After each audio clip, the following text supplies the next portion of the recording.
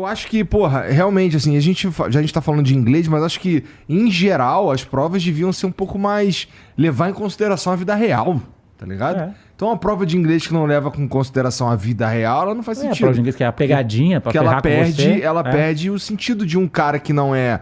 Vamos lá. Eu não tô estudando pra virar professor de inglês, caralho. Exato. Eu tô estudando pra me comunicar, pô. Aí o cara manda você falar Disney, entendeu? Tipo assim, pô, toma no cu. Se você não vai ser professor, entendeu? Você não precisa saber profundamente o porquê das paradas. Tipo, fonética, tipo... assim, você tem que saber ao ponto de você não falar de uma maneira que as pessoas... não entendam. eu lembro que uma vez alguém foi falar a palavra buy, comprar, e o cara falou bui. Aí não dá, né? Porque se tu falar bui, ninguém vai entender, entendeu? Mas, sei lá, se tu falar macaco, né? Monkey. A galera fala monkey, né? Monkey. Ou dinheiro, a galera fala money. Mas Passa money. batido. Entendeu? Mas você falar money, porque tem uma parada da pronúncia, né? Tem a música do Pink Floyd, Money, né? Se tu observar, quando ele fala money, ele não fala money, ele fala tipo money, né? Money. Aí a galera fala, mas eu escutei a música, ele não falou money, ele falou money, com E. Pô, mas aí tu ouve um rap no Brasil, então. Então, mas sabe por que ele fala com E no final? Porque quando ele canta essa nota, não dá pra fazer um I. Tá ligado? Então tem esse negócio... Isso tu acabou de inventar, né, Mairo? Não, é real. É real. Alguém sabe cantar aí? Não, ninguém sabe cantar. Mas aparentemente não dá pra fazer um money com a nota alta. Tu não consegue puxar um, né? Não dá pra fazer um money, ele subiu a parada. Talvez eu esteja falando uma merda gigante. Alguém que sabe de música, mas eu acho que é isso aí, entendeu? Por isso que quando você escuta ele não fala money, ele puxa mais pra um E, porque tem que subir.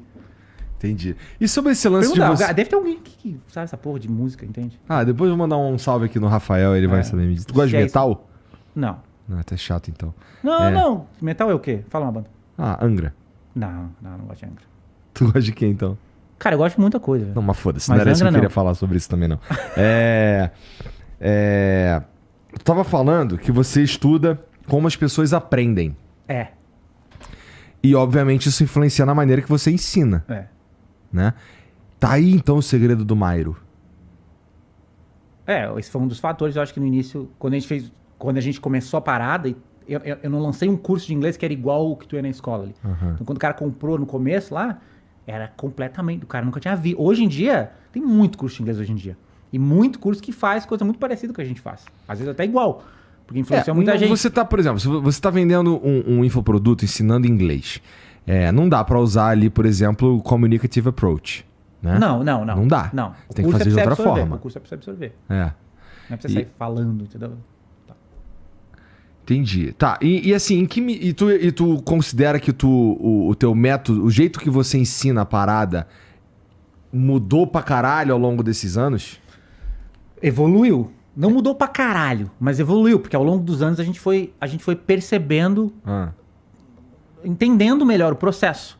Teve uma parada que mudou muito. Feedback ajudava nesse Feedback processo de aí? Conversa. Muito assim, eu conversando com outros malucos, não são muitos que são meio malucos assim. Feedback ou feedback? Feedback. eu conversando com... Tem um amigo meu que é o Paulo. Mas tu sempre conseguia entregar as paradas na deadline? Do quê? Do curso? Como é que é o teu budget? Não.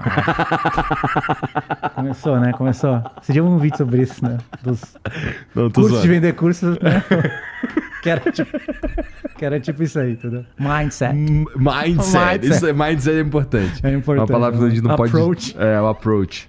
Tem que usar uma lista das palavras. E tem uma lista, na real, né? Mas você tava falando que evoluiu. Não, tava falando assim, uma parada que evoluiu muito foi uma vez que me perguntaram assim, Mairo, se tu pudesse falar assim, uma parada só, qual que é a parada, o elemento, a única, uma coisa só que diferencia o maluco que aprende inglês do maluco que não aprende?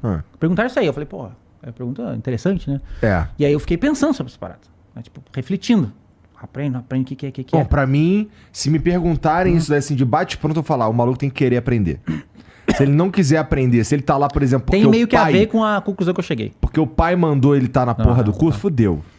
E a parada é o seguinte, quando você imagina uma sala de aula lá, tem 10 alunos dedicados. Porque o maluco comprou teu curso, ele quer aprender, tá ligado? Isso ajuda muito. Às vezes ele acha que ele quer. Tá. A parada é o seguinte, imagina que tem 10 alunos assim, na sala de aula. E os caras estudam, entendeu? 8 não vai aprender. Essa é a realidade, inglês é igual academia. Entra 10, sobra meio depois de um tempo, né? E aí, 8 não vai aprender, mas tem 2 que aprendem, mesmo dedicando igual. E aí eu comecei, qual que é a diferença desses 2 que aprenderam pra esses 2 que não aprendem? E a parada é o seguinte, os caras que aprendem, eles estão lá indo no cursinho lá da cultura inglesa. Fora do curso, quando ele não tá no curso, o maluco tá jogando videogame, o maluco tá vendo seriado, o maluco tá fazendo coisas em inglês. O cara que não aprende, ele vai no curso e acabou. Quando ele sai do curso, o YouTube dele é só português.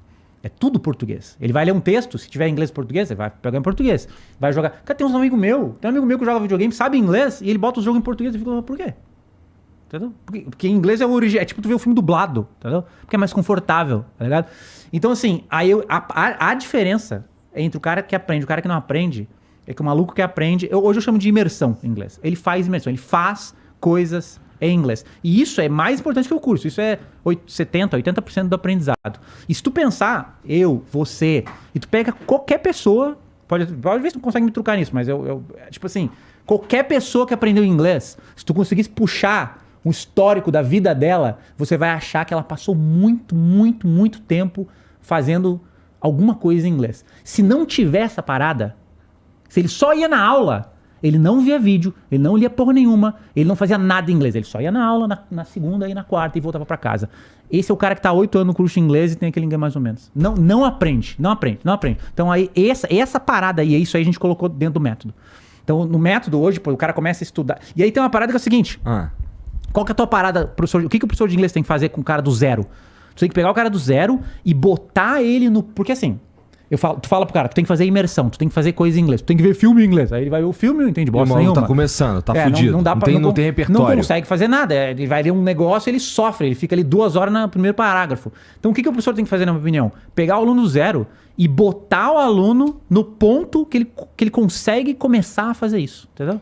Isso é principalmente vocabulário e treino de ouvido. Vocabulário e treino de ouvido. E nosso curso é isso aí. Vocabulário e ouvido, vocabulário e ouvido, vocabulário e ouvido. Até um ponto, chega um ponto lá que a gente chama...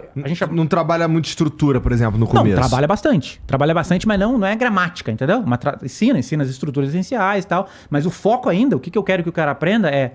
Quando eu falo vocabulário, inclui estrutura. Tá. Não é só palavra solta, é vocabulário. Tá. Porque, sei lá, o there's, né? There is.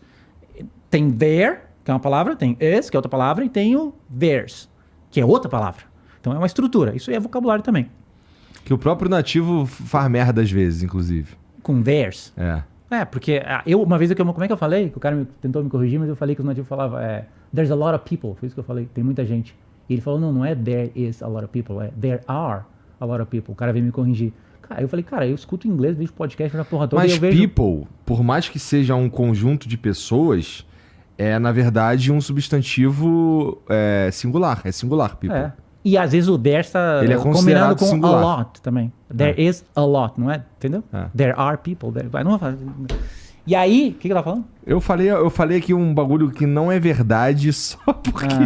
não é verdade? Mas quando você tem Cara, a moral é que tanto faz se você falar there's a lot of people ou there are a lot of people.